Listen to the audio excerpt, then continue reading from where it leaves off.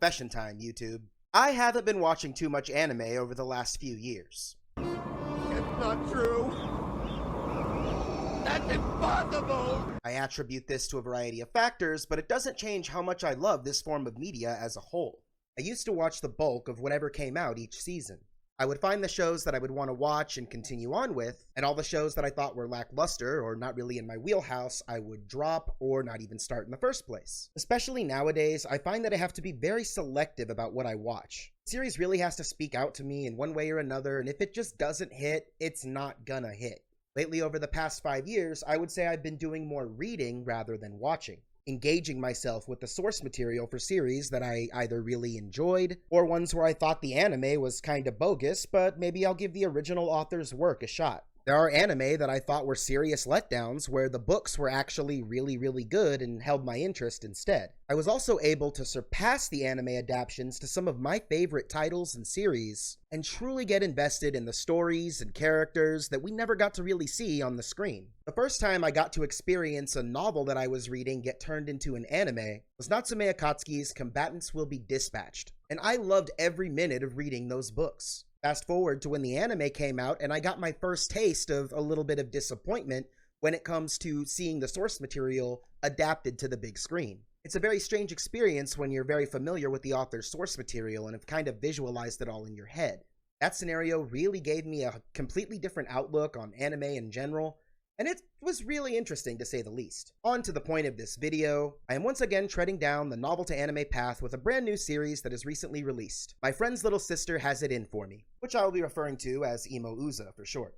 At first it may sound like your typical generic anime ecchi slop that you get every other season, but it actually goes way deeper than that and in the best kind of ways. I just realized that I had my headset on for that whole first segment and now I feel stupid. The show starts off setting up one of our protagonists, Akiteru, a young man who prides himself on being as efficient as possible in every move in his life. Sound familiar? Aki is the director of a small indie game development group called the Fifth Floor Alliance that has released a mobile game with over 1 million downloads. His endgame goal is to secure careers at the largest app developer, Honeyplace Works, for himself and his team, which his uncle just so happens to be the president of. The typical anime plot devices develop, and Aki is forced to go along with pretending to date his uncle's daughter, Mashiro. You heard that right.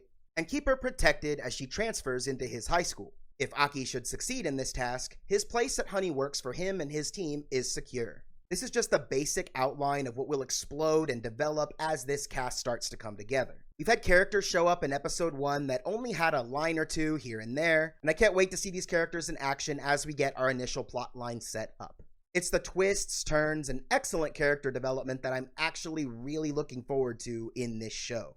Super excited about it. Things like Murasaki Shikibu-sensei being a completely unhinged drunk, or the Kohinata siblings' family dynamic and development there. There's so much to unravel, and it is going to be worth your time investment. I don't want to give too much away, but as the title of this video suggests, this is easily my most anticipated anime of 2025, and that's saying a lot with a lot of the series we've had released this year. For fans of school life anime, rom-coms, coming-of-age stories with very relatable characters, insane, wacky anime moments that are just the perfect kind of predictable, and way more emotional moments than you can really expect, stick around for Imo Uza. The anime ends up being disappointing down the line, please don't suck, but at the very least, check out the light novels written by Ghost Mikawa. The official English translation is well done and absolutely hilarious, and Volume 11 is due out later this winter. With that said, I really hope that people give this show a nice fair try and a watch this season. Some of my favorite anime tend to go over the radar and even be considered failures in the industry and fans' eyes. But if you really enjoy a series, no matter what other people say, that's really what it's all about.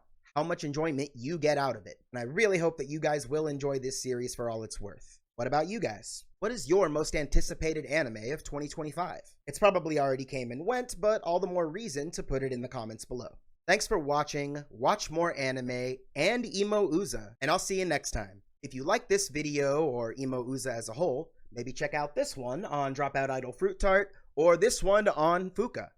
Both really great anime series that I think went a little too under the radar. Won't be disappointed.